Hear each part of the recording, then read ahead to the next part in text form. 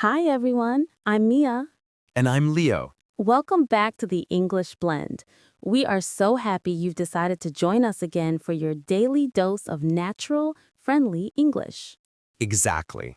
Grab your favorite drink, whether that's coffee, tea, or water, and let's talk about something fundamental yet constantly confusing. Greetings. It sounds so simple, right? Hello and how are you? But Leo, I've noticed this is where a lot of our learners feel the most awkward. Oh, absolutely. The moment of greeting is often the first time you use your English in a real conversation. That first impression really matters, and if you stumble right out of the gate, it can hurt your confidence. It's like when you're trying to open a tricky jar. If the lid is stuck, the whole meal feels stressful. A perfect analogy. Today, we're diving into common mistakes learners make in greetings. We want to help you master those first crucial 30 seconds of any English interaction. We're going to cover everything from the dreaded "How are you?" response to mixing up your formal and informal language.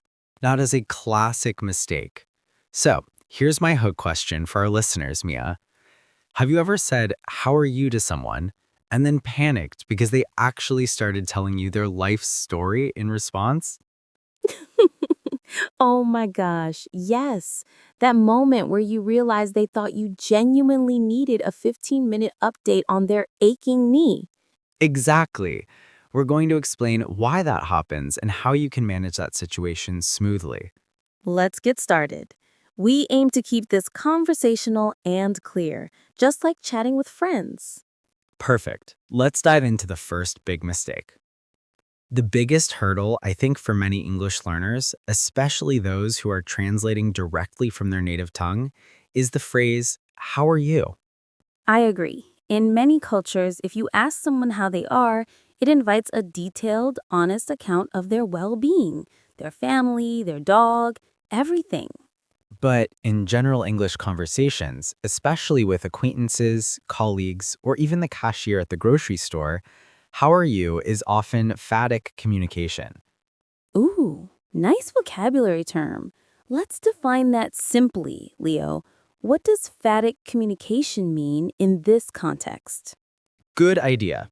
Phatic communication is essentially language used just to establish or maintain social connection, rather than to convey deep, factual information. It's a linguistic handshake. It's a formality, a way of acknowledging the other person exists and that you are friendly. That means when the coffee shop barista asks, "How are you today?" they don't actually need to know about your bad night's sleep or your stressful commute. Nope. They usually just need to hear one of three things: good, fine, or not bad. And the crucial part is you always need to return the question. That's the part learners sometimes forget. They say, "I am fine," and then just stare. It stops the flow. Remember, in English conversation, we love ping pong. If someone sends the ball to you, you must send it back. So, if someone says, "Hi, Mia, how are you?" You should reply, "I'm good, thanks. And you?" Or, "I'm great. How about you?" Keep it short, keep it positive, and make sure you show interest back. What if they are actually having a terrible day? What if they are a friend and you do want the real answer? That's where context is key. If you're talking to a close friend or family member, then yes, they are genuinely asking. But even then, the general tendency in English is to start light and escalate the seriousness later. We are talking about greeting etiquette here, aren't we? Let's make sure we define that concept simply for everyone. Good idea. Greeting etiquette is simply the unwritten rules for how you start a conversation. It includes using the right words, the right tone, and the right body language for the situation. It's about being culturally sensitive to social norms. And the etiquette dictates that for casual or professional initial greetings, you keep it quick, pleasant, and reciprocated. Exactly. Let me share a mini cultural note here, Mia. In certain professional settings, especially in the US, if someone says, "How are you?" or "How's it going?" the most common, almost robotic answer is, "I'm doing well, thank you."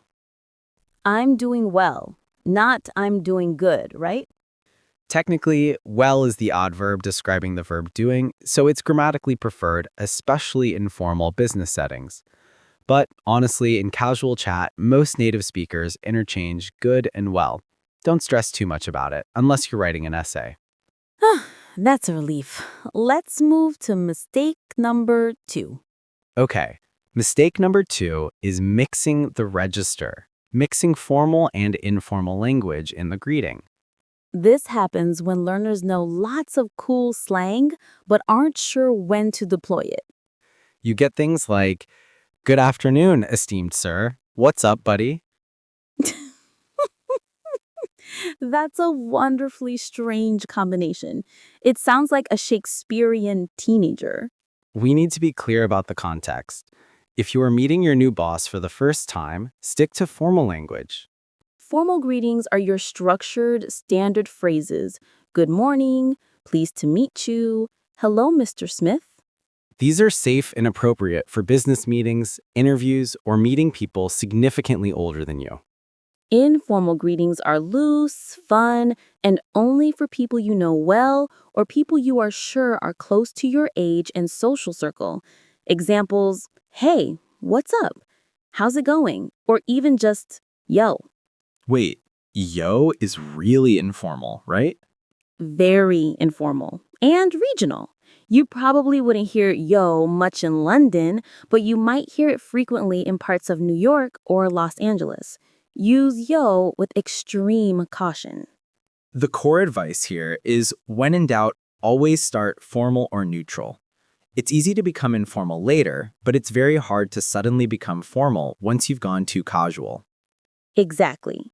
If you meet a new colleague, start with, hi, I'm Leo. Pleased to meet you. Then, if they respond with, hey, Leo, nice to meet you too. Just call me Mike. They have given you permission to be more informal. They're setting the tone. Mirroring is an important technique here.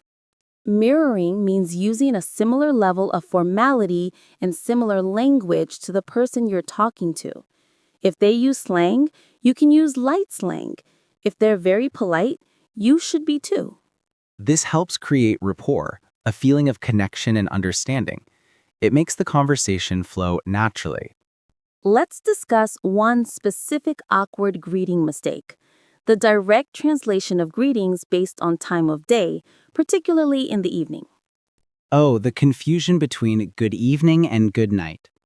Yes, good evening is a greeting. You use it when you arrive at a restaurant or when you meet someone after 5 p.m. Like, good evening, reservation for Leo? Correct.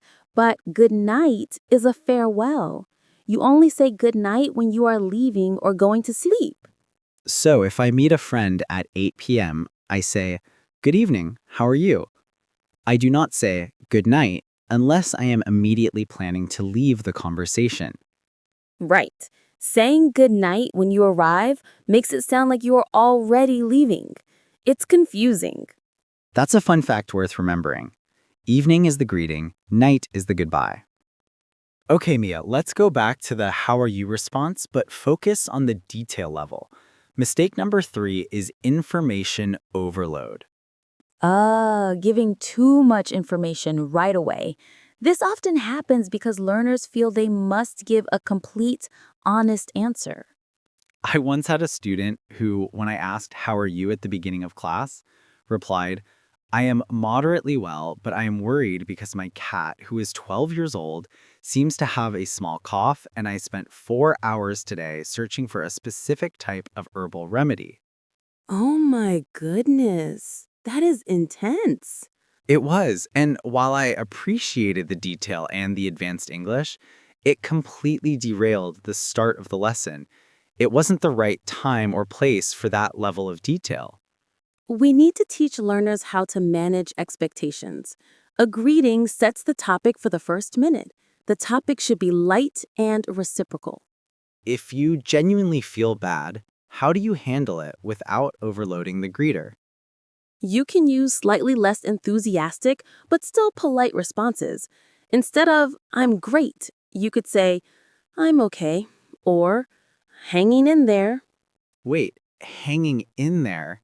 That's a great phrase. Let's explain that one now, even though we have a dedicated section later. Hanging in there means you're surviving a difficult situation or feeling moderately stressed, but you're not collapsing. It implies resilience without demanding the long conversation about the problem. Example. Hi, Leo. How are you?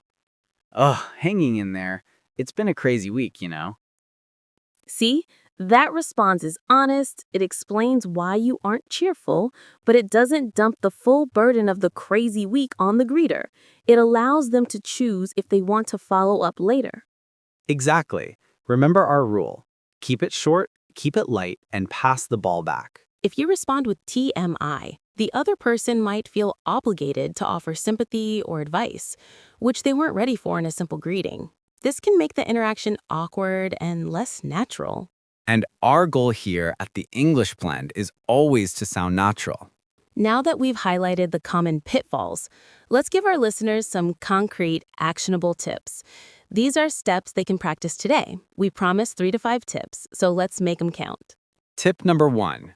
Diversify your responses. That means stop relying only on, I'm fine, thank you, and you? Yes, that phrase is correct, but it sounds a little robotic if it's the only thing you ever say. So what are some great alternatives? Try these. 1. Doing well. Thanks for asking. 2. Can't complain. This means things are good, or at least acceptable. 3. Great. How about yourself? 4. Pretty good. 5. I'm alive. Used only in very casual settings, often with a joking tone. I love can't complain. It sounds very native and warm. It does. It implies a baseline level of contentment. It's perfect for a short, friendly greeting. Okay, tip number 2, master the non-verbal greeting. This is huge. Communication is only partly verbal. Your body language matters just as much. When you greet someone, you need to look them in the eye, at least briefly, and smile. A quick, friendly smile is universal. It signals that you are open to interaction. If you are staring at the ground and mumbling, hello, the verbal part is irrelevant. You've already signaled reluctance. Also, consider the handshake or lack thereof. In English-speaking cultures, a firm handshake for professional settings or a friendly wave for casual settings is standard. And remember the rules of touch. Generally, outside of close friends, casual greetings involve minimal physical contact, unless initiated by the other person. Don't go straight for a hug unless you know them well. Tip number 3, use context clues to choose your greeting. Before you open your mouth, take a second to observe the environment. Who is the person and where are you? If you are in a formal bank or a job interview, the words good morning or hello, followed by the person's title if you know it, are your safe bets. If you are bumping into a neighbor walking their dog, you can use something much more relaxed, like, hey there, nice morning, isn't it? So look around, observe the situation and the other person's age or status, and choose your level of formality accordingly. Tip number 4. Practice the 3-second rule for reciprocation. What is the 3-second rule? It's my invented rule for natural conversation flow. When someone asks you a question, especially a greeting, you should aim to provide your answer and return the question within about 3 seconds. That keeps the momentum going. Answer quickly, respond positively, and immediately throw the conversational ball back. Example, person A. Hey Mia, how's your date going? Mia, within 3 seconds, it's been great so far. Thanks for asking. How about yours? If you hesitate for too long, the silence feels awkward and the other person might jump in or assume you didn't hear them. We want that immediate, effortless response that native speakers use, you know? Exactly. That covers 4 excellent practical tips. Let's quickly summarize them before moving to our language focus section. So, 1. Diversify your how are you responses. 2. Master the nonverbal signals. Smile. 3. Use context to choose formality. And 4. Practice the 3-second rule for quick reciprocation. Mia, Greetings are often where we deploy fantastic English phrases that signal friendliness and familiarity. Let's focus on a few key terms related to meeting people. Great idea. Let's start with a classic phrase used when you see someone you haven't seen in a while. That has to be long time no see. Perfect. Long time no see is a fantastic idiom. It means exactly what it sounds like. It has been a long period since we last saw each other. It's very versatile. It's slightly informal, but it's accepted in most friendly or professional settings where you already know the person. Example sentence. Leo, long time no see. How have things been since the conference last month? And the response to that is usually light and catching up quickly. Great, you look fantastic. What have you been up to? Okay, phrase number 2. Catch up. This is crucial vocabulary related to extended greetings. If you are catching up with someone, it means you're exchanging news and updating each other on what has happened since your last meeting. It implies a deeper conversation than just the initial, I'm good, thanks, exchange. You use this when you transition past the greeting and into the conversation. It's very common to suggest this when you see an acquaintance you like but don't have time to talk to you right now. Example, it's great seeing you. We should definitely catch up next week. Or if you run into an old university friend, wow, it's been years. We need to grab coffee and properly catch up. Notice how catch up implies setting aside dedicated time for a real conversation, unlike the quick, polite greeting. Let's do one more. This one isn't a greeting itself, but it describes the action of making someone feel comfortable at the very start of an interaction. I think you know where I'm going with that. Break the ice. Yes, to break the ice means to start a social interaction and make the initial interaction or introduction easier and less formal. It usually involves a light, positive comment or a shared activity. Often, if you're meeting a group of new people, the organizer will suggest an icebreaker activity. That's a common term in classrooms or professional workshops. An icebreaker is a short game or question designed to make people talk and relax immediately. Example, the meeting started with a short joke designed to break the ice before we got to the serious agenda. These 3 phrases, long time no see, catch up, and break the ice, will instantly make your greetings sound more natural and fluent. Use them in context, you know? Exactly. Practice using them out loud, imagining real scenarios. That helps turn vocabulary into conversation skills. Mia, since we have the time, let's run through a couple of common real-life scenarios where learners frequently get stuck and show how we apply these tips naturally. I love scenario practice. Scenario 1, bumping into a former colleague at the supermarket.